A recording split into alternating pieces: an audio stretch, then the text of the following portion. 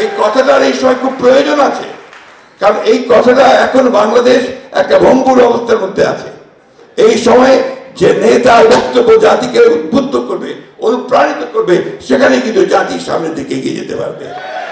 সেই জন্যই আল্লাহর অশেষ রহমতে আমাদের সেই নেতৃত্ব আমাদের সামনে চলে এসেছে।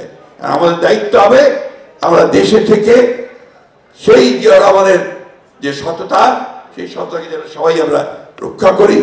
তার যে স্বপ্ন, সেই স্বপ্নকে বাস্তবায়িত করবার জন্য আমাদের চেয়ারম্যান তারেক রহমান সাহেবের যে স্বপ্ন, সেই স্বপ্নকে বাস্তবায়িত করার জন্য আমরা যেন সবাই ঐক্যবদ্ধভাবে সামনের দিকে এগিয়ে যাই। আরেকটি কথা বলে আমি শেষ করব, সেটি হচ্ছে যে সহনশীলতা, টলারেন্স। গণতন্ত্রের অন্যতম প্রধান জিনিস হচ্ছে কিন্তু সহ্য ক্ষমতা। আমাদের গণতন্ত্রে বিশ্বাস করি, আমাদেরকে অনেকে অনেক কথা বলবে, আমাদের সমালোচনা করবে, সেই ক্ষেত্রে আমাদেরকে ধৈর্যের সঙ্গে সামনের দিকে এগিয়ে যেতে হবে। আরেকটি কথা, আমি যে অনেকেই আছেন, আমাদের ঢাকা মহানগরের নেতৃবৃন্দ আছেন, ছাত্রদল, যুবদল, অঙ্গ সংগঠনের সবাই আছেন এখানে। মানুষের কাছে যেতে হবে, প্রতি পাড়ায় পাড়ায় যান, প্রতি পাড়ায় পাড়ায় যে সংগঠন তৈরি করছেন আমাদের চেয়ারম্যান সাহেবের নির্দেশে, সেগুলো আরো শক্তিশালী করেন। ছাত্রদের প্রতিটি শিক্ষা প্রতিষ্ঠানে শক্তিশালী অবস্থান গ্রহণ করেন এবং আমরা যেন আমাদের রাজনীতি দিয়ে সামনের দিকে এগিয়ে যেতে পারি। সংস্কার তো শুরু করেছি আমরা 2 বছর আগে। আমাদের নেতা প্রথম চেয়ারম্যান মহোদয় 31 দফা দিয়েছেন, তাই না? সে ইতিহাস আর বলতে চাই না, কত কত ভাবে আমরা বিভিন্ন রাজনৈতিক দলগুলোর সঙ্গে কথা বলে প্রায় 2 বছর আলোচনা পর্যন্ত করে আমরা 31 দফা দিয়েছি। 31 দফার মধ্যে সবকিছুই আছে।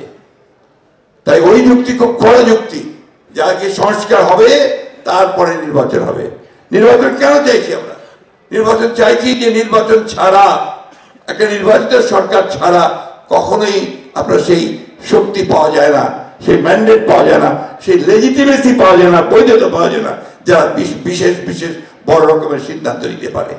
এমনকি এই সংস্কারগুলোকে যদি আপনার কনস্টিটিউশনে নিতে হয়, কনস্টিটিউশন সংস্কার, সেটার জন্য তো আপনার একটা পার্লামেন্ট লাগবে। সুতরাং নির্বাচন প্রয়োজন। সেই জন্যই এটা যত দ্রুত হয় ততই দেশের সংকট দ্রুত কাটবে, রাজনৈতিক সংকটগুলো মোকাবেলা করা সম্ভব হবে, অর্থনৈতিক সংকটগুলো মোকাবেলা করা সম্ভব হবে। অর্থনীতির অবস্থা ভালো না, জিনিসপত্রের দাম এমন ভাবে বেড়েছে যে মানুষের এখন না বিশ্বাস উঠে গেছে, তাই না? প্রতিটি জিনিসের দাম বেড়ে গেছে। আমি অন্তর্বর্তীকালীন সরকারকে বলবো, অনুগ্রহ করে ওই দিকে নজর দিন, অনুগ্রহ করে সুশাসনের দিকে নজর দিন। এখন আপনার সরকারের যারা আমলা আছে, যারা কর্মচারী কর্মকর্তা আছে, তারা কিন্তু আবার শুরু করেছে আগের মতো কাজ। দুর্নীতি শুরু হয়ে গেছে।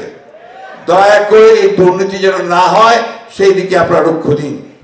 আপনারা যেন সুশাসন দিতে পারেন সেই দিকে নজর দিন। পুলিশ যেন ভালো কাজ করে, আমরা যেন ভালো কাজ করে সেই দিকে নজর দিন। বিশ্ববিদ্যালয়গুলোকে, শিক্ষা প্রতিষ্ঠানগুলোকে ঠিকমতো চালু করার চেষ্টা করুন। এই কাজগুলো করা দরকার। এবং সঙ্গে সঙ্গে নির্বাচনের জন্য দ্রুত ব্যবস্থা গ্রহণ করুন।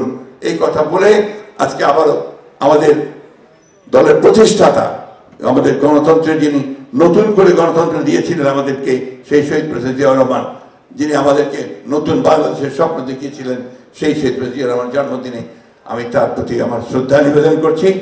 একই সঙ্গে আমরা দেশের, আমাদের মাতা দেশনেত্রী বেগম খালেদা জিয়ার প্রতি শ্রদ্ধা নিবেদন করছি এবং এই দোয়া আল্লাহ তাআলার কাছে আজকে করতে চাই যে আল্লাহ তাআলা আমাদের নেতা তারেক রহমানকে আপনি দীর্ঘ জীবন দান করুন, উনি দ্রুত আমাদের মধ্যে ফিরে আসুন এবং আমাদের এই নেতৃত্ব দান করুন। এই